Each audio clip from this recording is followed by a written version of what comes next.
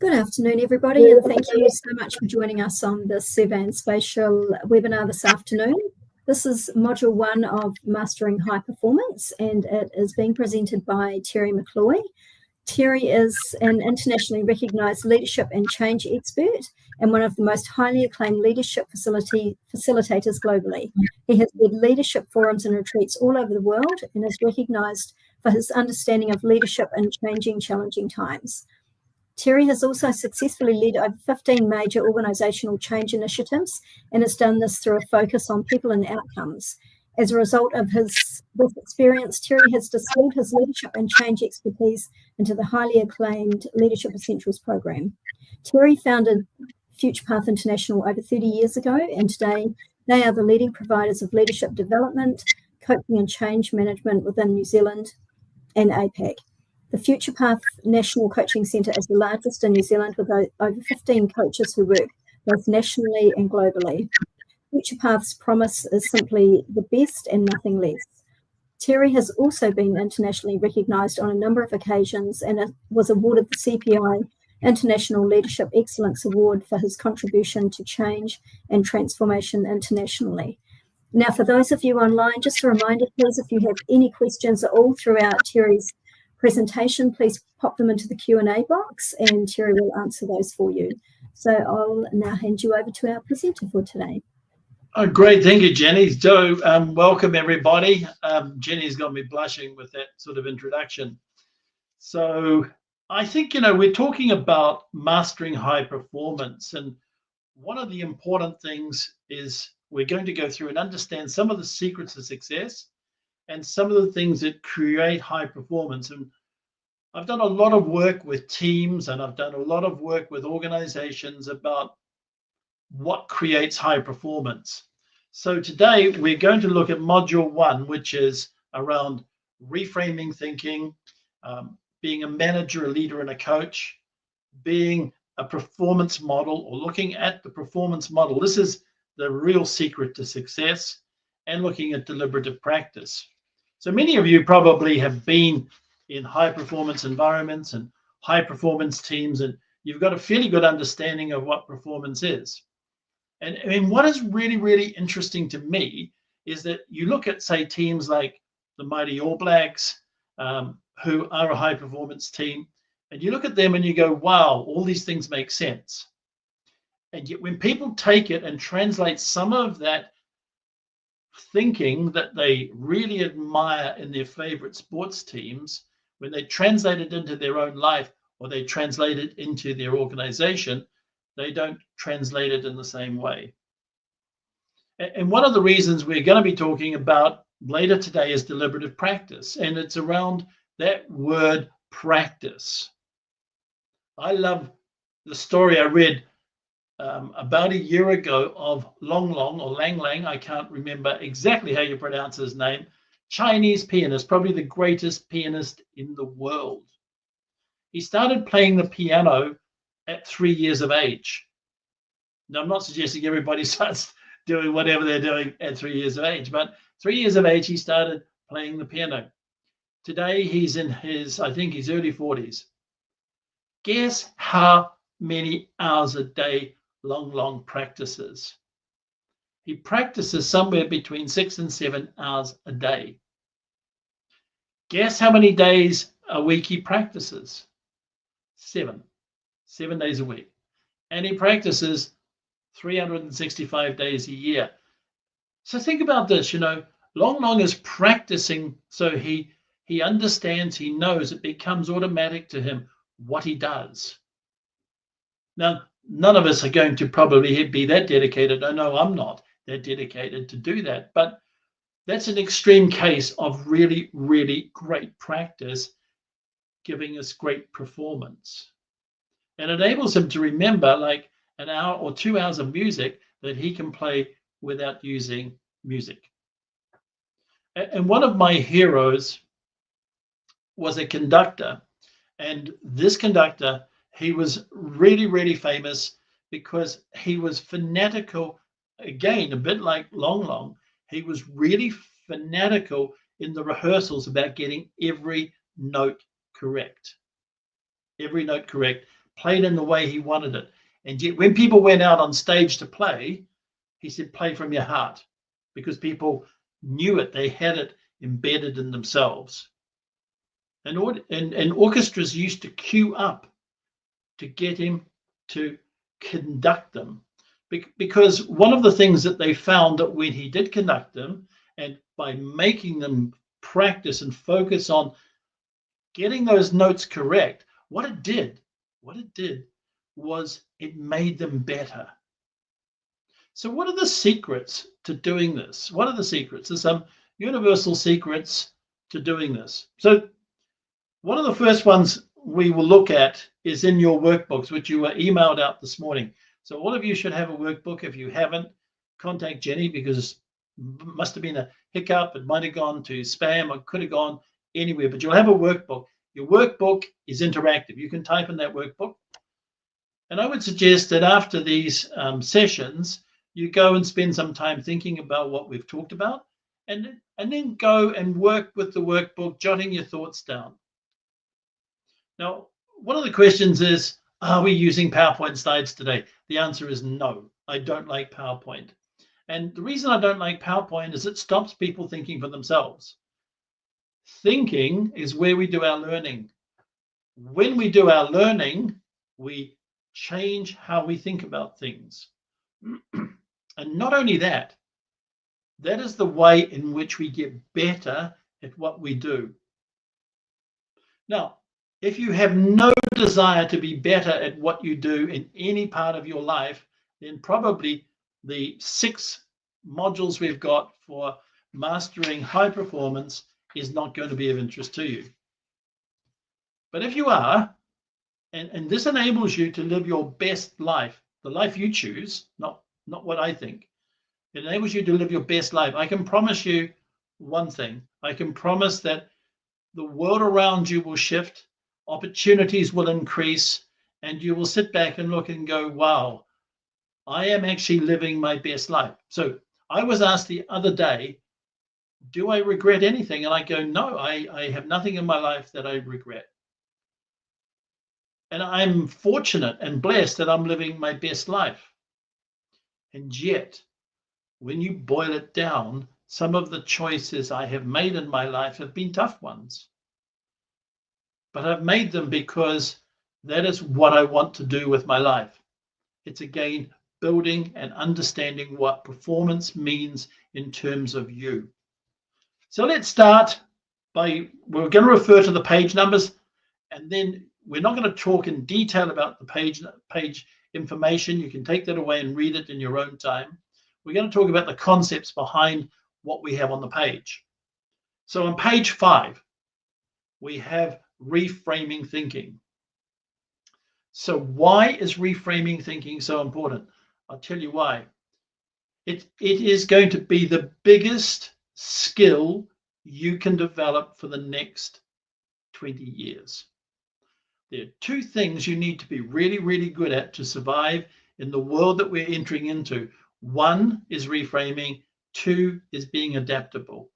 And if you wanted to add a 3rd one to that, it's building resiliency. So if you had reframing, adaptability, and resiliency, you had those 3 things that you were really practicing and good at, I can promise you, you'll be highly successful. The world around us is shifting at a speed that has never happened before in human history. We're living in the greatest period of change in human history. And guess what's happening with it? It's accelerating. We're going to see in the future changes that we have never thought about. And one of those things that's going to drive those changes is AI. And AI, in some senses, has become this holy grail that everybody talks about. What it's going to do is going to enable things to shift and change. Let me give you an example of the changes we're going to be seeing. At the moment, if I was to ring up an organization on their 0800 number to get customer service, I would probably get a message, hello, you're a very valued customer, you are 22 in line, and then they would play some Vivaldi or Greensleeves or something for me as I sat and waited. And then I'd probably talk to a person who has limited ability to help me. In the last 2 months in the United States, something like 300,000 people have been made redundant in contact centers because of agentic AI. Agentic AI is using avatars.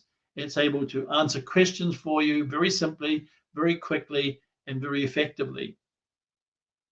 I was talking to a very senior manager in one of the largest financial services organizations in New Zealand 2 weeks ago, and she said to me, "You're right, Terry.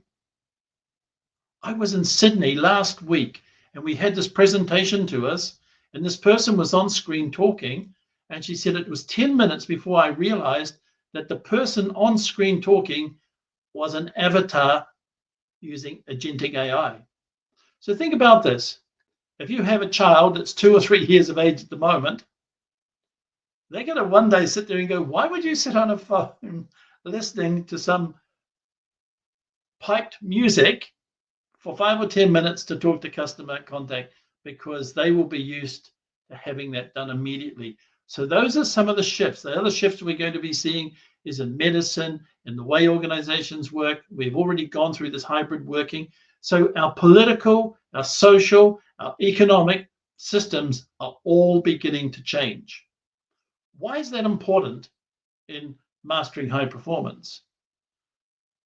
Why it's important is because if you don't change with it, you get left behind. And your performance will become poor. So how do you get to have high performance is by constantly being able to reframe and adapt. So what is the secret to reframing that we've got on page 5? So we have belief systems.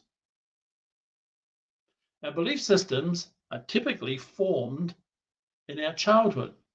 So our upbringing, our parental upbringing, our family, our whānau upbringing has a big impact on how we see the world and the belief systems we have. Then we have other things that life experiences. But life experiences are also put through that filter of your childhood belief systems. We also have culture, we have religion, we have a whole range of other things that impact us. But you ask any counselor, you ask any psychologist, and I've worked with a large number of them, you ask them to go back and say, where do the patterns come from? The patterns will often come from your childhood or your upbringing. So you take me, I was brought up in the South Island in a place called Methven, which probably most of you don't know where it is. It's got a mountain called Mount Hutt, which is a ski mountain. It was famous. It's got 2 pubs, the Blue Pub and the Brown Pub. And the Brown Pub was for locals, the Blue Pub was for the skiers, and occasionally they'd all meet in the middle of the road and have a big fight. But that was what Methven was famous for. My heritage is Irish, and so I have a very strong, or my parents had a very strong immigrant mentality about work hard, be successful. And I come from the country, so slightly conservative in many of the ways I was brought up in thinking. And if I look back on myself now, I've got those patterns. And all of you will have patterns the same. Sometimes we don't want to recognize them, but they're there. So why is this important? We do coaching with people both in New Zealand and internationally. And one of the common things we often hear from people is, I can't change my beliefs because I am my beliefs. And that is a proposition I don't agree with. Unless, of course, you're a flat earther. I've met a couple of flat earthers, and they're very hard to change their beliefs. They're not really into reframing them. But for most people, your beliefs change. And if you think about them, they need to change because they need to change so you can adapt to the world around you or the changing world that you're living in.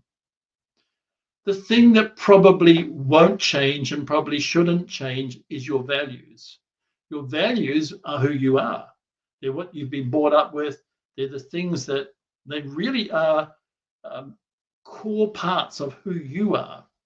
So they probably won't change, but beliefs will. Like if you thought the world was flat and then you got up into an aircraft and saw it was round, you could change your belief and go, well, I was wrong. It's not flat, it is actually round. I can actually see that for myself. Why is this important? it's important because when we come to situations in our life that we need to work with or deal with, if you aren't able to reframe, you will be going back into your past to try and find a solution to what is in front of you and applying it to what's in front of you. So let me give you an example. About 18 months ago, I was in Wellington working with a senior leadership team, and they were telling me, yeah, but our beliefs, they're good, they work. I said, well, but you need to examine them. And we were having a debate about this. And so in the finish, I said, right, I picked up a rubbish tin and I said, put all your phones into this rubbish tin and I will replace it with a rotary dial phone on a long cable. Now, half the people really didn't know what I was talking about. Some of the older people knew what I was talking about. They were the old dial phones that used to be around. And people didn't want to give up their smartphones because that was benefiting them.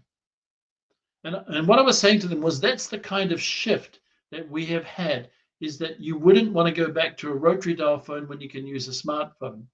So apply that to some of your thinking. Go back and examine some of your thinking and say, is it realistic for what we are looking at in our future? And there's a quote at the bottom of page 5 that I've got. We often repeat the patterns of our past.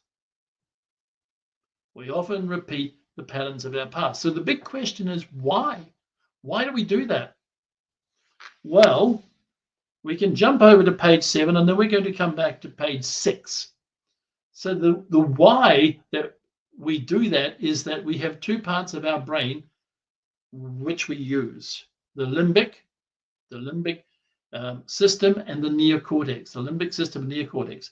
Look on page 7.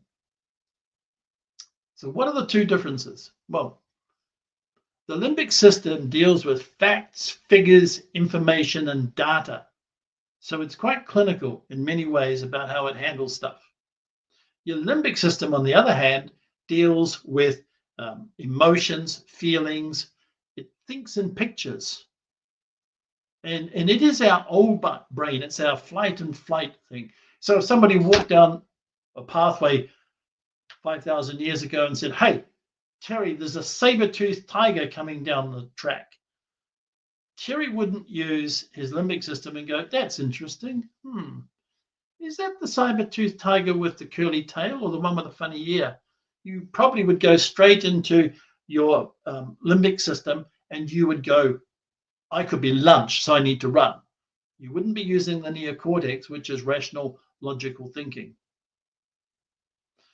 What that means is when we are dealing with situations where we are under stress, Psychology 101 says, under stress, we revert to learned behavior.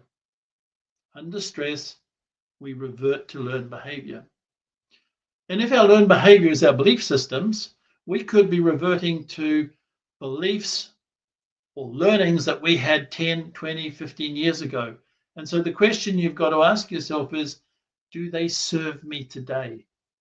Are they relevant to what I need to do today? And we'll talk in a minute about how you can change them. So let's go back and look at page 6. So Wayne Dyer's got a great quote, which says, when you change the way you look at things, the things you look at change. And I would imagine many of you have gone through experiences like this. When you change the way you look at things, the things you look at change. And there's a great quote I love, and we talked about it with our team at the beginning of the year when we had our national conference. It says, where your focus is, that is where you will go. Where your focus is, that is where you go. So, good example. Have you ever met a person who's not a glass half full? It's probably the person who's a glass quarter full.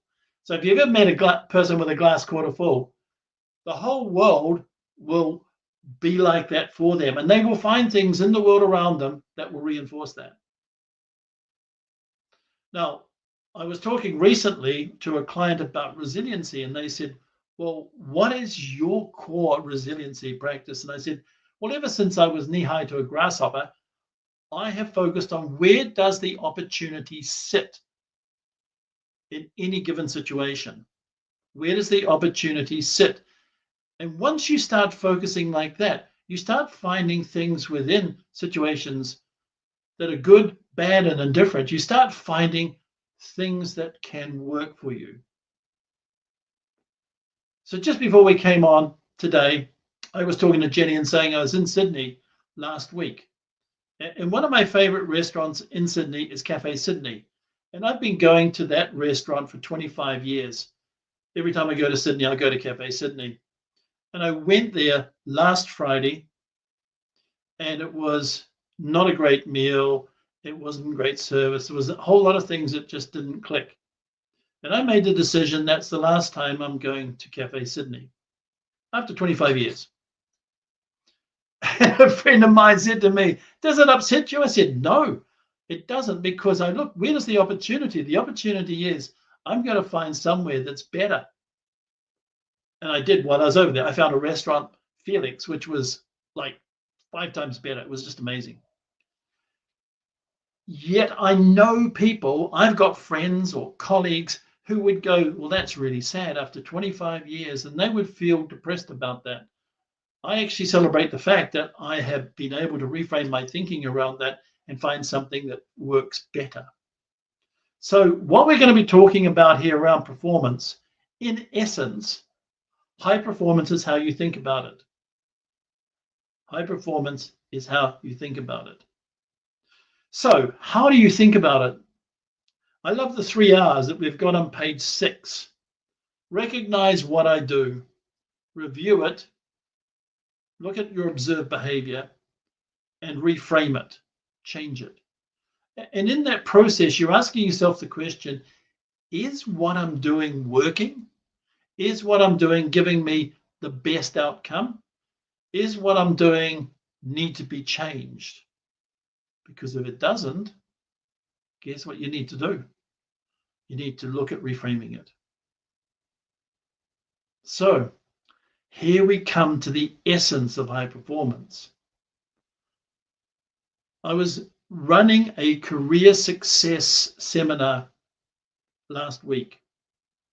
And I said, one of the things about careers that we observe in a lot of people that we coach, people fall into roles and they fall into careers, and they wake up at the age of 50 or 55, and some of them have been made redundant, and they wake up at that age and go, I don't know why I felt I was in this job. I came out of university and I got this job, or my parents were doing this job and I ended up doing it. They've ended up falling into careers and then traveling along like a stick in the river, just flowing, going with the flow. So the secret of high performance is being conscious of what you want, of what you want to achieve in life, of how you want to achieve it, what you want to get out. And the challenge I've got for you is work out for you, in your own words, in your own way, what your best life looks like. What your best life looks like. Stephen Covey, who wrote the book, The 7 Habits, he called it North. And I love that concept because it's like a compass bearing. It says, this is North for me. This is my best life here. Now, at times we know life is going to blow us off course. And I've seen many people who don't have North. They get blown off course, and then they keep heading off out on this course way out here, to one day they realize this is not where I want to be. Why am I here? By having your North, you're able to go, yeah, I'm blown off course, but I'm getting back on it. So I think that's a really powerful way to look at how you look at things, look at your patterns, look at your behaviors. Most importantly, go back and examine your upbringing and say, what sort of things were patterns in your upbringing that you will have today? So one of the patterns I had, as I mentioned before, my parents had a really strong immigrant thinking, which was work hard, be successful, get educated. And that was the big thing. And if you go back and look at some of the patterns I have today, I do still work hard. I value hard work. I value learning. I'm a very curious person. I'm full of useless information.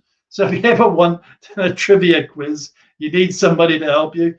Yeah, call Terry. He can help.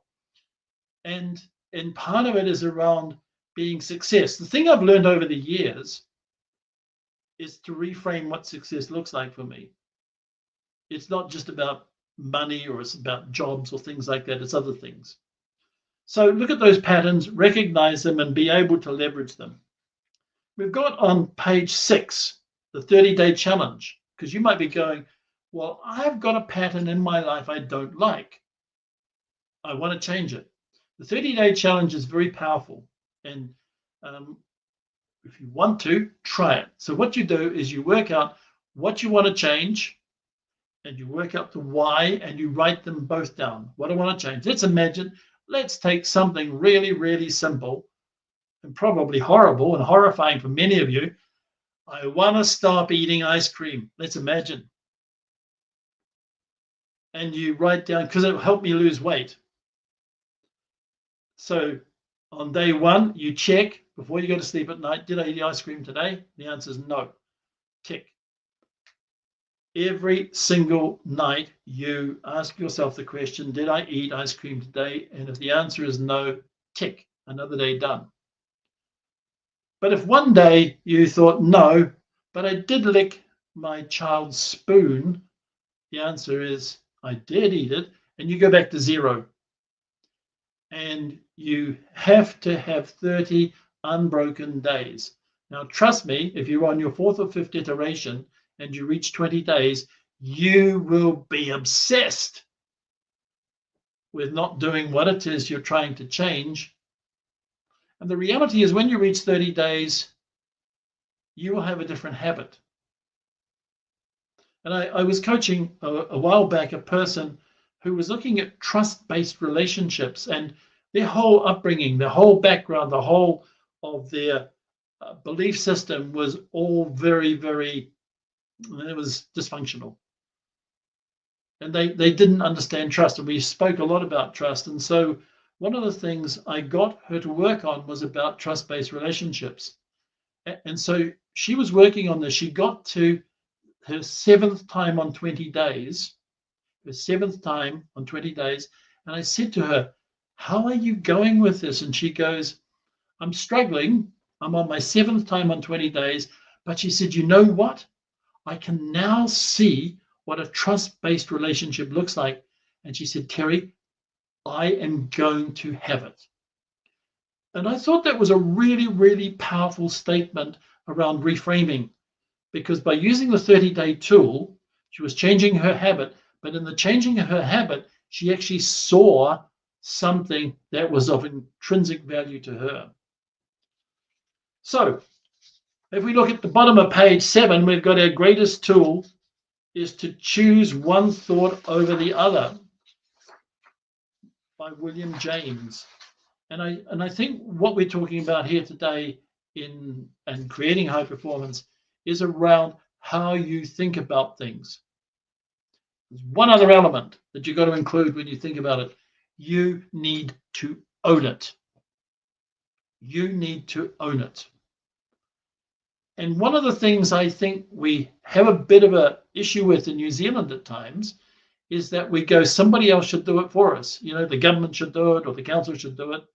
I remember seeing on TV about 3 years ago, the TV interviewer was interviewing this person and said, I understand you've got a pothole in the road outside your house. And the person said, yeah, I've rang the council about it and they've never fixed it. And he said, well, how many times have you rang the council? And he said, once. And I said, when? It was 6 months ago. And I said, have you followed up? He goes, no, why should I? It's their problem. And then the interviewer said, but why are you upset about it? Because he said they haven't fixed it. And I sort of found that really interesting, the dysfunction, really, of the person not owning the solution, but happy to complain about it. So the answer is, if you want to create performance, you own it. If you can't own it, don't complain about it. Don't worry about it. It doesn't matter. But if you want performance, you need to own it, because in the ownership comes the change. So let's look at page 8. And this is really the core of getting that change. So the first part here is what we talked about a second ago. Go back and write down or talk to your whānau and say, what are the patterns that our family have? What are the patterns I have? A really good way to do this, if you really want to invest in living your best life, is to gather some whānau around a table and do a brainstorm. So if you haven't done a brainstorm before, you gather around and you say to one person, I need you to write down the ideas. And then you say to everybody, there is no conversation. I want you to call out words that describe my patterns. No conversation about it. Just call out the words. Like a person might say, if you went with me, success orientated. Another person might go curious. All those things. They write them down. And after people sort of run out of gas, which will probably be after 5 or 6 or 7 minutes, you stop. You all go and get a cup of tea or a glass of wine or whatever it is that you all like. And then you sit down and have a conversation about them. Why is that important? Because what it is getting outside perspectives on what your patterns are. So it's helping you understand those patterns that may be positive, those patterns that may be negative, and those patterns that may not be serving you. And you're able to look at those and go, right, what ones do I need to change in order to be where I need to go? The second part of it is you could use the 30-day challenge that I suggested to you. Or you could just every day at the end of the day sit down and notice. Run a journal. Ideally, if you're going to do it, use a written journal, not so much on your phone or on your laptop, because there's something that happens, and I can't explain why, but I've seen it happen when people write it down on bits of paper. It actually gets it out of their mind. It actually starts embedding it in their thinking. So notice when you've relapsed back into some past ways of doing things. So occasionally at times I will get negative thoughts about things, and I've got to catch myself when I get those negative thoughts and go, hang on, whoa, stop, Terry, negative thought. What is the opportunity here? And that's a really good way to do that. So part of it is catching yourself going back to those ways of thinking or getting into the habit, because that is all it is. You have a habit of thinking in one way. If you want to change things, you can't change stuff by doing what you did before. What was it, that t-shirt? There's a t-shirt about Einstein, which some of you may actually have, which is the definition of insanity is doing the same stuff you did before and hoping to get a different result. And I think reality, it wasn't Einstein that said it, but somebody attributed it to him. Number 3 on here, I love this one. It's challenge your thoughts. I do this a lot. I sit there and go, well, why do I think like that? Why do I believe that? And I had a conversation over the weekend with a friend of mine when I was in Sydney, and we were talking about that. And we were talking about aging, right? Aging. And I've done a lot of work in the aging space. So if you want to talk to somebody about aging, I'm your person. And I was challenging my friend Adrian about some of his thinking around aging and his thoughts around it. And he said, but I've never thought of it that way. I said, okay, well, research has shown that the human brain is functioning at its best between 65 and 80. That's its peak, because both right and left hemispheres are working together in tandem. And he went, wow. And I gave him the data on it. So it was challenging thinking, and we ended up finishing our conversation. He's like, well, you really shifted my thinking around how I've seen aging. And out of that, if you really go, okay, I want to own this, I accept that and I want to own it, then you've got to say, well, how do I reframe my thoughts and actions? Now, I promise you one thing. If you set yourself a whole lot of goals, you will not succeed. If you set yourself a whole lot of goals, you won't succeed. I was talking to a person who was a marketing manager in a major gym a few years ago, and I said, when is your most successful time? He said to me, January, February. That's when we make our profit. And I went, how so? He goes, well, everybody comes out of Christmas and New Year. They make all these New Year's resolutions. I'm off to the gym this year, 4 days a week. I'm going to lose 10 kilos. And yep, I'm going to get ready to do a triathlon. And he said they might come 2 or 3 times and don't come back. So that's what happens when you make lots of goals. So here's the secret to high performance. Micro actions. You start looking at, firstly, if you want to change and reframe your thinking, use micro actions. Micro actions become habits. Habits become behaviors. Behaviors achieve your goals. So let's imagine now that you wanted to get fit. The first thing I would do from a micro action perspective is to say, I need to move for 10 minutes a day. Let's imagine. You could make it more, but let's take this as a hypothetical situation. I need to move for 10 minutes a day. Now, I could be in my lounge marching on the spot for 10 minutes. I could go for a walk for 10 minutes. Or I could go to the gym for 10 minutes. Now, what I've done, if I do that every single day, I've started a micro action that's become a habit. And pretty soon you're going to go, well, hang on.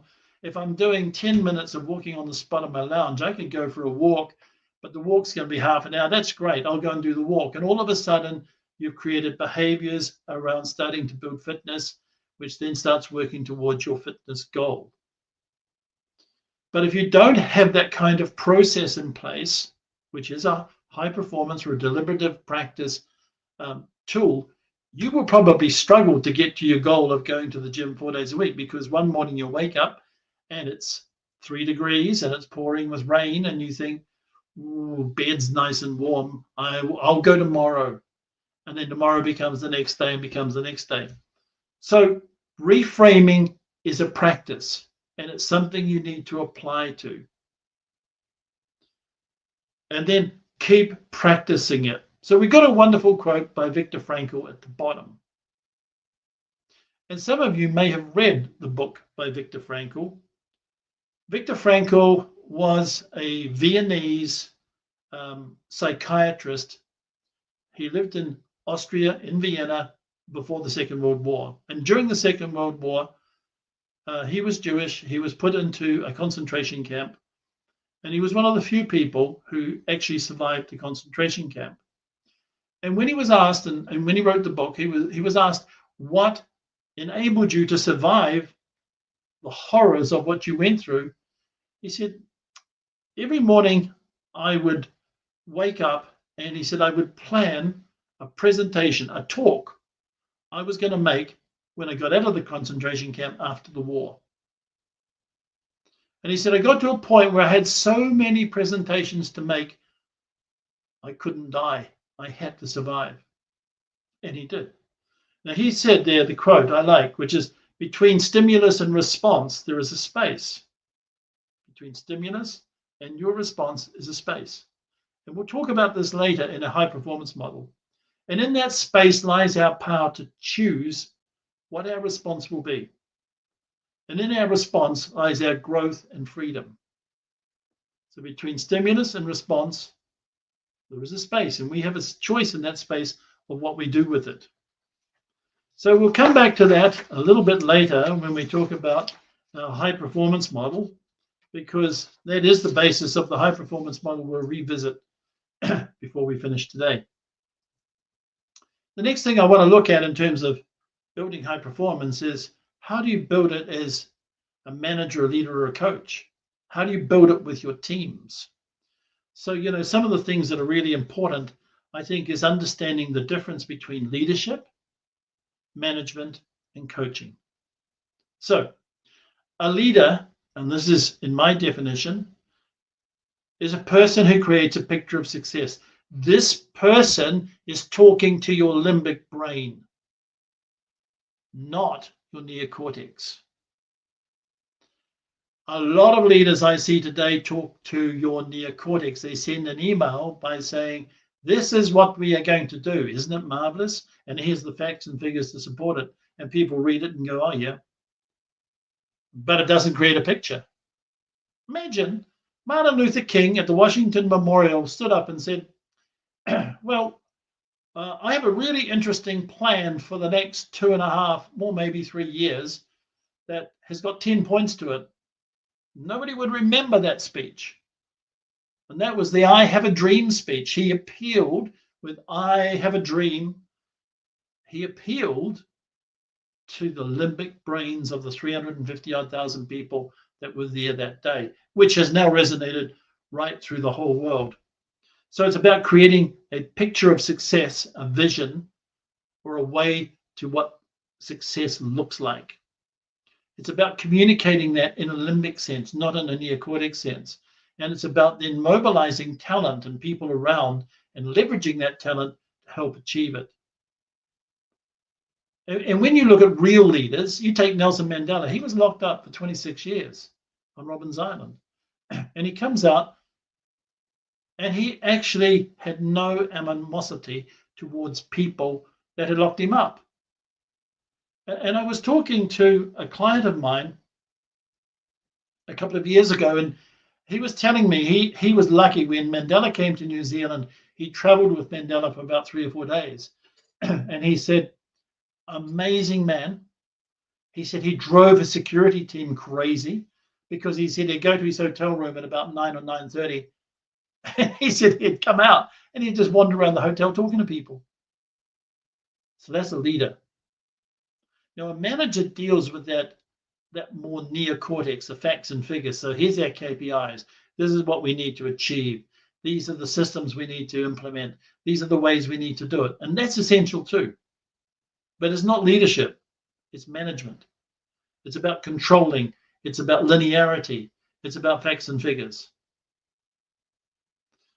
And I'll give you an example of the difference between the two of them. Is that a few years ago we worked with a health sector organization, and they wanted to reduce operating costs by 10%. So they sent an email, a very management email, very, very, very neocortex. We need to reduce operating costs by 10% because it'll enable us to reinvest and da da da da da. Operating costs went up, not down, they went up. So they got me in, and I spent probably 3/4 of a day with the senior management team. And at the end of that 3/4 of a day, we sent out a new email which said, our goal is to buy 500 defibrillators. A defibrillator typically saves 5 lives in its lifetime. We would be saving roughly 2,500 lives. But to do this, we need to reduce operating costs by 10%. Operating costs got reduced by 22% that year. Why? Because we appealed to the part of the brain with that communication that resonated with that team and that group. That was a leadership communication. The first one was a management communication. So if you want to transform people, you won't do it by managing them. You will do it by leading them. Now, what we're talking about here, you can move between the two, but you need to be aware of this.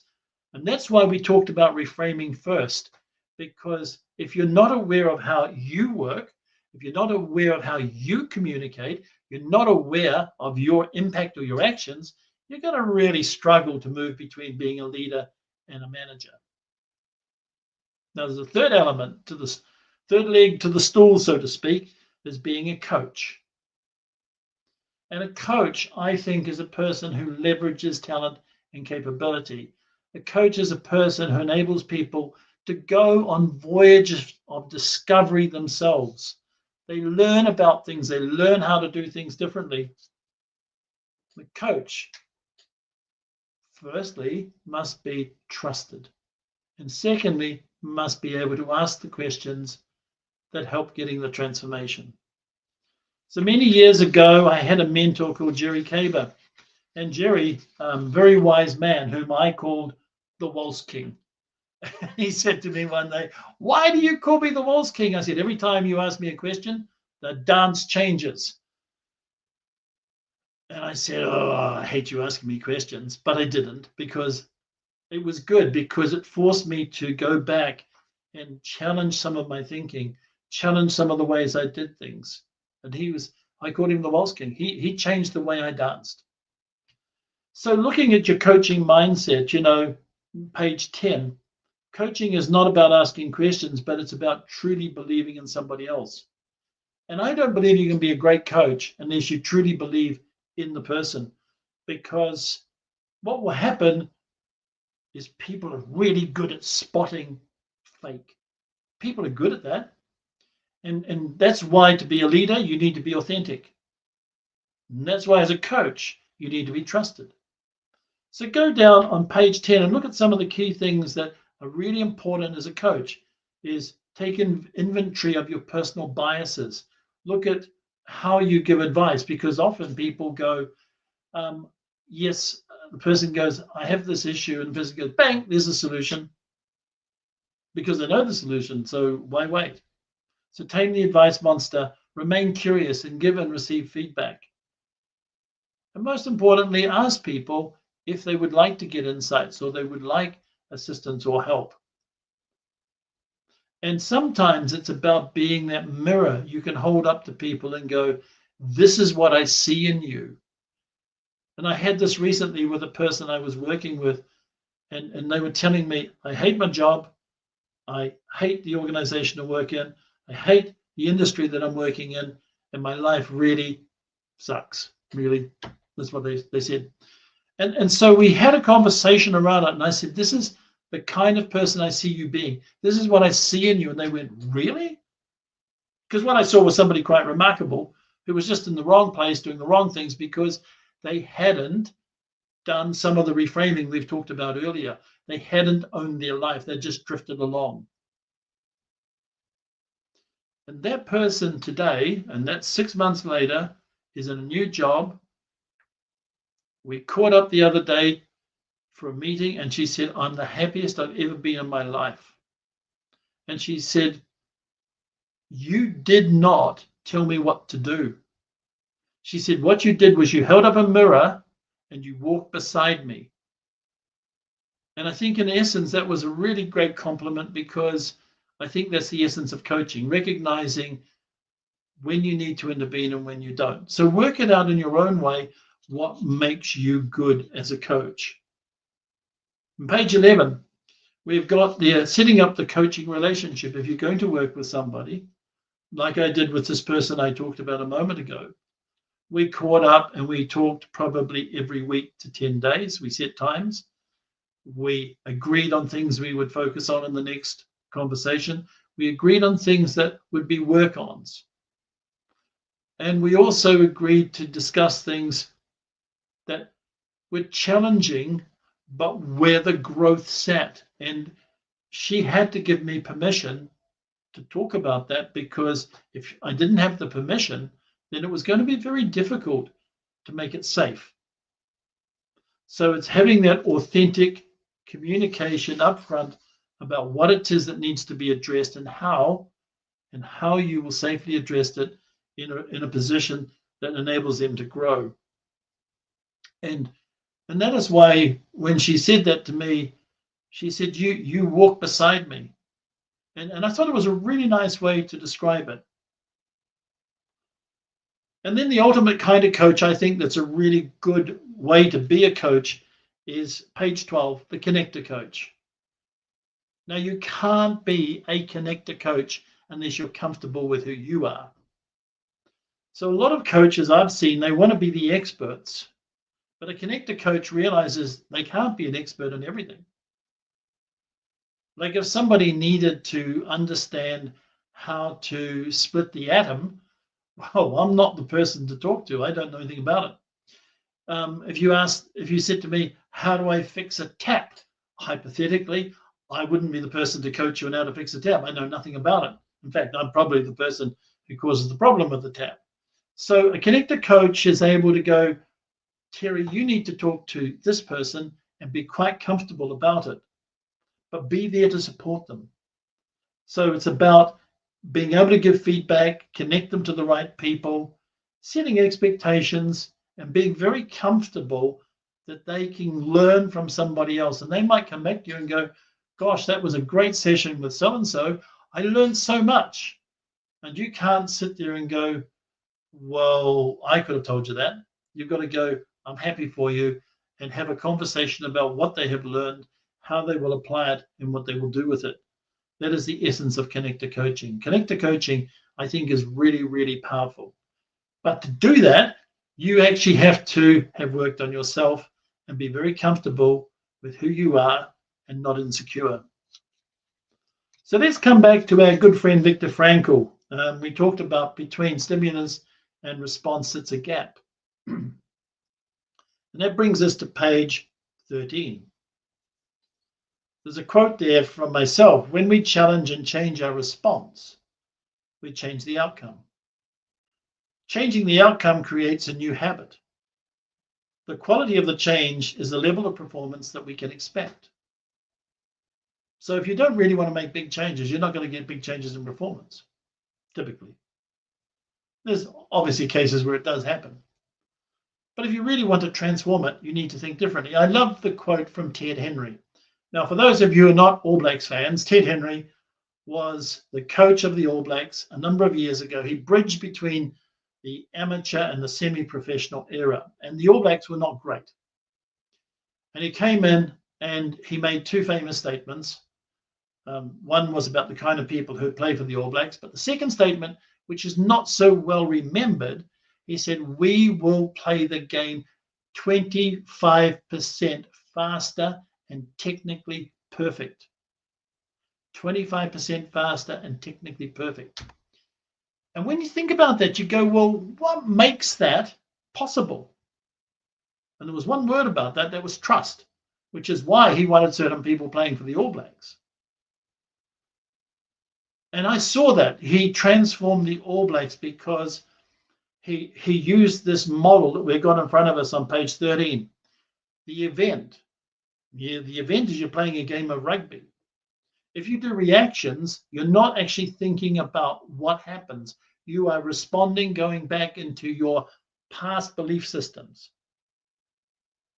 Whereas if you're doing a response versus a reaction, a response is, how do I do this differently?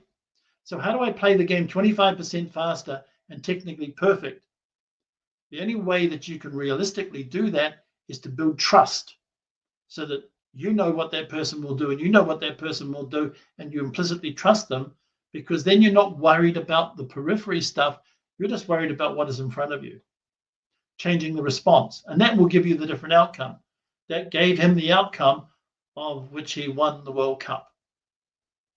And he created one of the great All Black sides. So that was creating the outcome. Now, often when we don't do the work on reframing, we don't do the work on adapting, we end up with reaction, not response. Now, I know that none of you would have ever experienced road rage, but you know, road rage is a thing where somebody cuts you off on the motorway, gives you signals and whatever, and you respond, you react very quickly without thinking. So that is a reaction, not a response. Another good example is that somebody sends you a really nasty email and you think, whoa, I'm going to send you the zinger of all zinger of emails. And you sit down and you type the email and then you save it to drafts. That's going from reaction to response. And the next day you read it and you probably retype it, because when you read it the next day, you go, if I sent that, I'm going to get that kind of outcome. But by changing it today, I'm going to get this kind of outcome. So it's removing emotion from the experience changes the outcome. Reaction is full of emotion, but it's also full of your past beliefs, the things you've always done. These are your habits, your learned behaviors. Now, if you want to change those, get the emotion out of it, challenge it, ask yourself the question, what outcome do I want? Because once I know what that outcome is, I craft my response to it. So that leads us into the last points that we cover is around deliberative practice. And I've covered the essence of deliberative practice about micro actions creates habits, creates behaviors, and gets goals. We talked at the beginning about Long Long.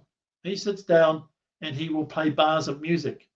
Carlos Kleber, the conductor I talked about, he would spend, and he has been known to spend an hour on one bar of music to get it right. One bar. He got it right. And he had the most famous orchestras in the world, the Berlin Philharmonic, and all of those lining up to be conducted by him, because under Kleber, you got to be the best orchestra you could possibly be. So deliberative practice is not about going on stage and being the best. It is actually what you do behind it. And often it's about this concept of slicing the salami. So it's breaking down what you do into smaller pieces, the micro actions. And that's what it's called in deliberative practice, slicing the salami. Because you don't slice salamis like that. You generally slice salamis like so. So you get this piece right, and then this piece right, and then this piece right, and then this piece right, and then you put them all together, and you have a different way of doing things. Many years ago, I had a rugby coach, and I was a pretty good rugby player, and he saw a lot of potential in me. So he took me under his wing, and he used to train me for 2 hours a night. And he taught me how to tackle, how to pass, how to kick, how to catch. Now, what did he do? He just didn't give me the concept. He said to me, you're going to pass 100 times holding the ball a certain way. And I go, well, but I can pass. He said, no, you're just going to hold the ball and flick the ball out of your hand a certain way. You're not even going to fully pass it. And so he kept training me using deliberative practice. I didn't know it was deliberative practice then. I just thought it was a really annoying thing. But I got to a point where one day I woke up and I realized I was a completely different rugby player because of what he had taught me. And I ended up playing rep rugby. And the thing is that I felt completely different about what I did and how I did it, because I realized I was very, very good at what I was doing, not because I was intrinsically good, but because of what he had taught me and the way he had taught me. So the simple way to look at deliberative practice is, if you wanted to walk across Niagara Falls on a tight road, you wouldn't practice on Niagara Falls, would you? You would probably go and hire Eden Park and put a rope, so far above the ground, and you'd walk across it until you could walk on it, you could dance on it, you could do handstands on it, you could do backflips on it, and you were very, very confident on that rope. And then you put the rope across Niagara Falls and walk across. So deliberative practice is about making sure that you get the thinking right, the way of doing things right, practicing it till you can get it right before you go on stage with it. It's a concept. It's no different to what we talked about before with reframing and adapting. It's about making sure that you know what it is that you want to become the best possible you. And that is a choice. That is a choice. And only you know what that choice is for you. So what we're going to do in the next modules, we're going to explore some of the wider concepts of how we cover all of this and what you do to apply it in your life. We're going to talk in the next module next week about change leadership, how you become a really, really good change leader, and looking at lessons in leadership. So I hope you found today useful. If you have any thoughts or comments, please let them go through to Jenny. Jenny will pass them through to me. And if anybody wants to talk to me about anything, let Jenny know. Give her your email address or your phone number, and I'll get in touch with you. Very happy to have a chat. So thank you for being with me today. Really appreciate it. Have a wonderful week, and I'll see you same place, same time next week. Thank you. Thank you, Terry, and thank you to all of our members for joining us this afternoon. As Terry said, if you have any questions at all, please fire them through to me and I'll get them answered for you. So in the meantime, enjoy the rest of your afternoon. Thank you once again, Terry, for giving up your time today. And we look forward to you joining us for Module 2 next week. Thanks, everybody. Thank you. See you, everybody.